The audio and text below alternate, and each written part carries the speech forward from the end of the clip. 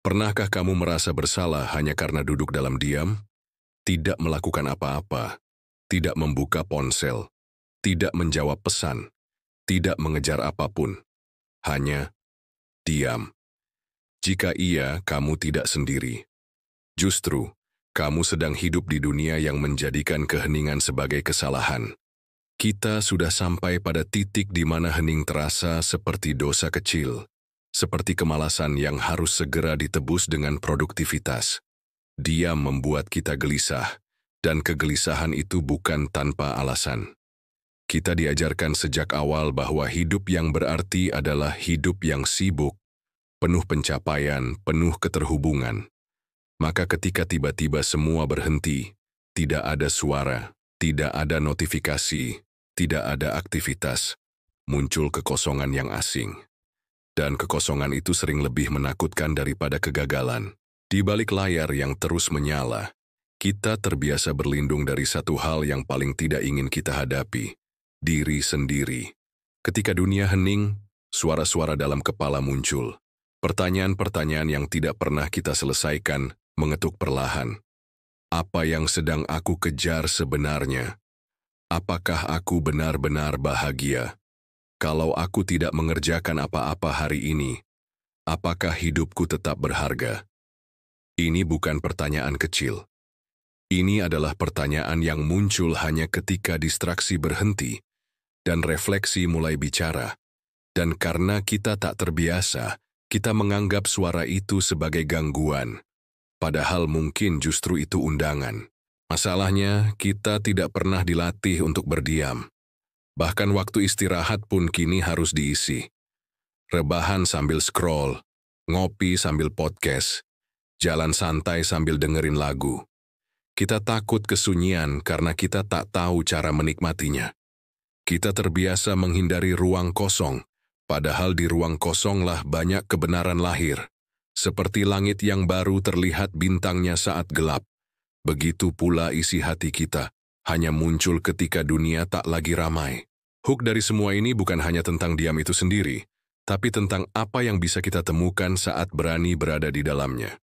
Video ini bukan sekadar konten untuk kamu tonton, tapi ruang yang ingin mengajakmu pelan-pelan turun dari kebisingan, menepi, dan mendengar hal-hal yang selama ini tenggelam. Karena siapa tahu, yang kamu butuhkan bukan tambahan motivasi atau suara baru, tapi keberanian untuk mendengar suara yang sudah lama ada. Dari dalam dirimu sendiri. Kita sering salah memahami diam sebagai kekosongan, padahal diam bukan hampa.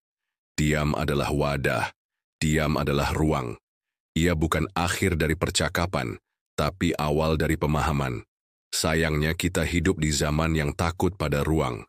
Kita lebih suka tumpukan, jadwal, distraksi, bahkan kebisingan emosional. Asalkan tidak harus berhadapan dengan sunyi. Sebab di dalam sunyi, tak ada tempat untuk berpura-pura. Tak ada lapisan untuk menyembunyikan ketidakpastian. Di dalam diam, kita hanya punya satu hal, kehadiran kita sendiri. Dan itu, bagi banyak orang, terasa lebih mengintimidasi daripada kesepian. Lihat bagaimana cara kita beristirahat hari ini. Kita menyebutnya me time, tapi tetap diisi dengan konten. Kita tidur sambil mendengarkan suara. Kita makan sambil menonton. Bahkan di toilet pun kita bawa ponsel. Seolah tubuh tak boleh punya waktu tanpa layar, tanpa koneksi. Seolah sunyi itu berbahaya. Tapi apakah benar diam seberbahaya itu? Ataukah kita hanya belum sempat merasakan manfaat sejatinya? Diam adalah tempat kita kembali merasakan, bukan hanya berpikir. Saat kita diam, tubuh kembali mengenal irama nafasnya sendiri. Detak jantung yang tadinya tenggelam oleh notifikasi pelan-pelan kembali terdengar. Pikiran yang biasanya menari ke sana-sini, mulai mengendap. Diam adalah ruang klarifikasi. Tempat kita menyaring mana suara yang berasal dari luar dan mana yang sesungguhnya datang dari dalam. Budaya modern memberi kita banyak alat untuk bergerak, tapi sangat sedikit ruang untuk berhenti. Kita diberi target, waktu tempuh, peta jalan, tapi tidak pernah diajarkan cara bertanya, aku mau kemana? Kita dipuji ketika sibuk, tapi dicurigai ketika diam. Akhirnya, banyak dari kita terjebak dalam kesibukan yang tidak pernah kita pilih. Kita berjalan tapi tak tahu arah. Kita produktif tapi kehilangan makna. Kita sukses tapi tidak merasa hidup. Inilah kenapa diam sangat penting. Karena hanya ketika kita berhenti kita bisa melihat ulang semuanya. Bukan untuk menilai tapi untuk menyadari. Diam bukan sekadar tindakan pasif. Ia adalah bentuk aktivisme batin. Ia adalah bentuk perlawanan terhadap budaya serba instan. Ia adalah tindakan radikal untuk kembali mengenali diri sendiri tanpa embel-embel dunia. Dan ketika kita mulai nyaman dengan diam, kita mulai sadar bahwa selama ini kita terlalu sibuk berlari. Bahkan ketika tidak tahu dari apa kita lari. Kita lari dari ketakutan, dari kekecewaan, dari luka yang belum sempat sembuh. Kita pikir sibuk akan menyembuhkan, padahal yang kita butuhkan mungkin hanya duduk dan mendengar. Mungkin tidak nyaman, mungkin berat. Tapi itulah awal dari pulang. Kita hidup dalam dunia yang lebih bising dari sebelumnya. Tapi anehnya, semakin banyak suara di sekitar kita, semakin sunyi kita rasanya di dalam. Ada ironi menyedihkan di sana. Notifikasi tak pernah berhenti berdenting. Timeline tak pernah habis untuk digulirkan. Grup chat, berita, tren, potongan motivasi, curhatan orang lain, semuanya bercampur jadi satu. Tapi tetap saja kita merasa kesepian. Kenapa bisa begitu? Karena bukan soal banyaknya suara, tapi soal kurangnya kedalaman. Bukan soal seberapa sering kita bicara, tapi seberapa dalam kita benar-benar mendengarkan.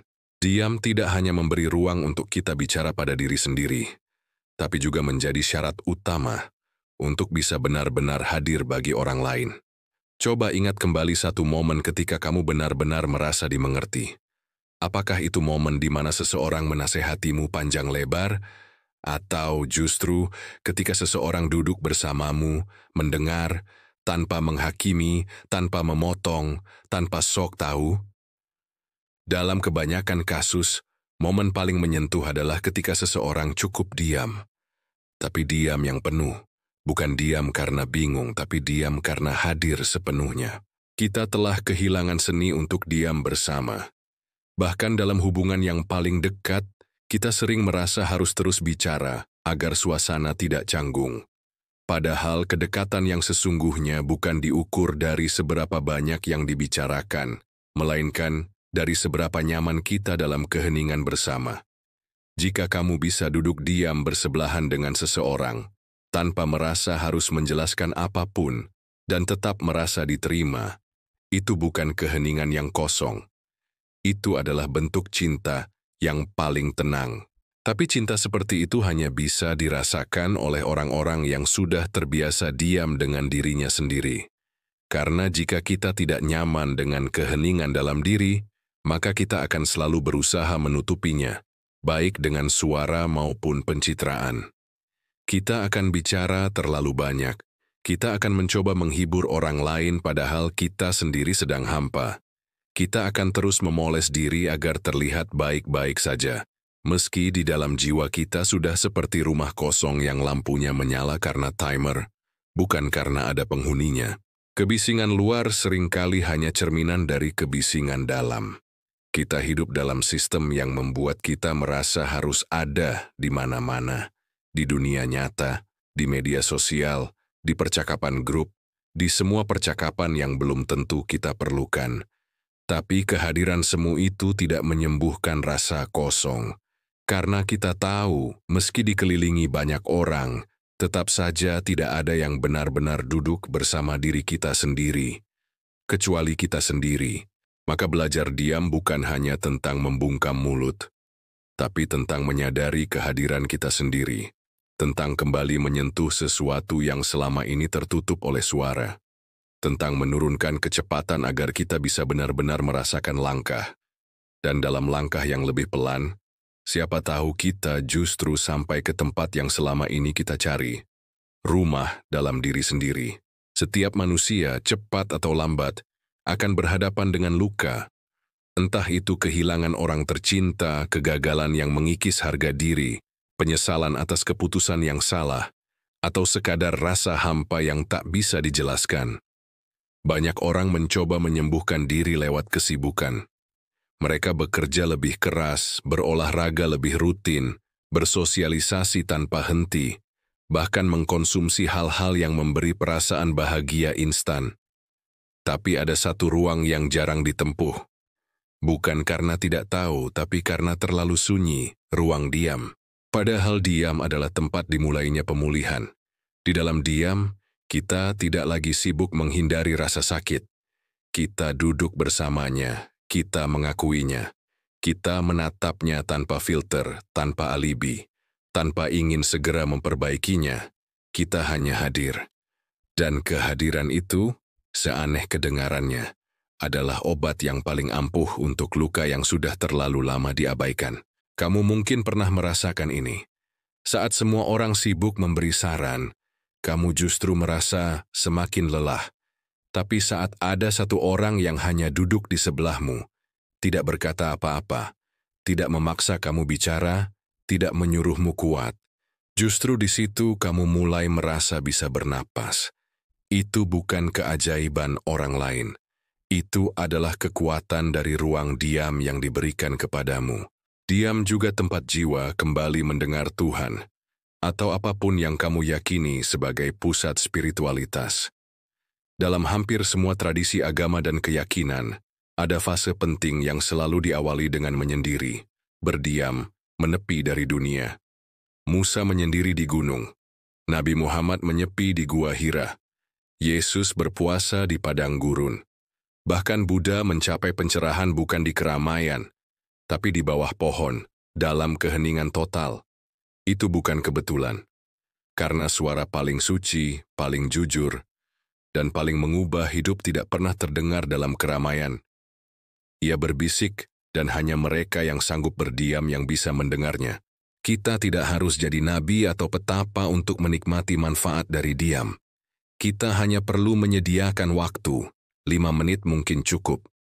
Bukan waktu kosong, tapi waktu sadar. Duduk tanpa tujuan. Bernapas dan menyadari bahwa kita hidup. Mengamati pikiran seperti awan, membiarkannya lewat tanpa harus ditahan atau dihakimi. Dan dalam waktu sesingkat itu, kamu bisa mulai merasa pulang. Bukan ke rumah, bukan ke kantor, tapi ke pusat dirimu sendiri. Tempat yang selama ini terabaikan. Diam bukan kelemahan, ia adalah kekuatan.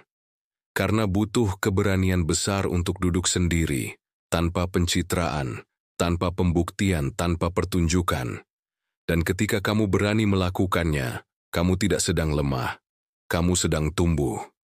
Kamu sedang memulihkan dirimu dari dunia yang terlalu sering memintamu jadi orang lain. Kamu sedang mengatakan, aku ada, bahkan ketika tidak terlihat. Aku cukup, bahkan ketika tidak sibuk.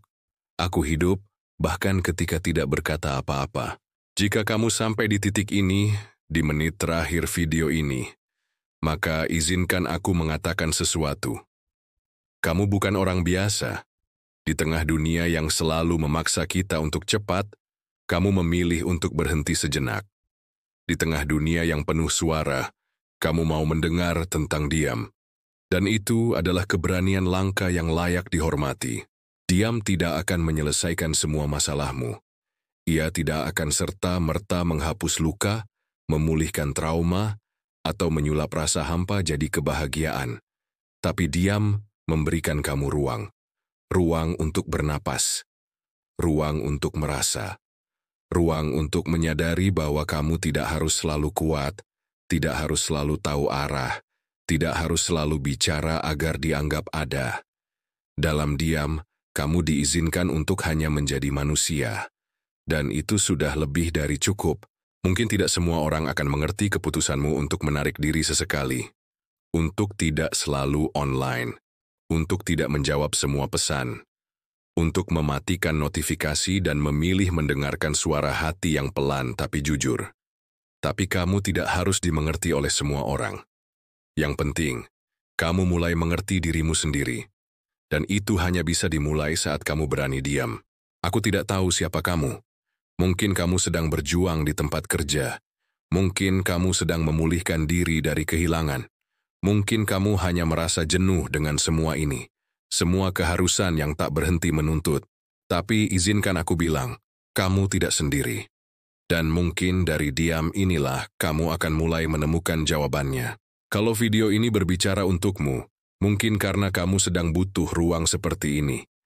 Maka izinkan aku mengundangmu. Subscribe agar kita bisa terus berbagi ruang yang tenang, reflektif, dan penuh makna. Like jika kamu merasa ini bisa membantu orang lain.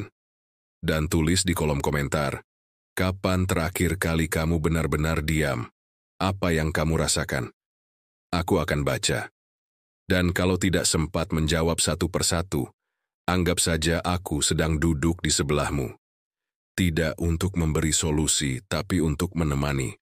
Karena kadang yang kita butuhkan bukan suara tambahan, tapi seseorang yang diam bersama kita.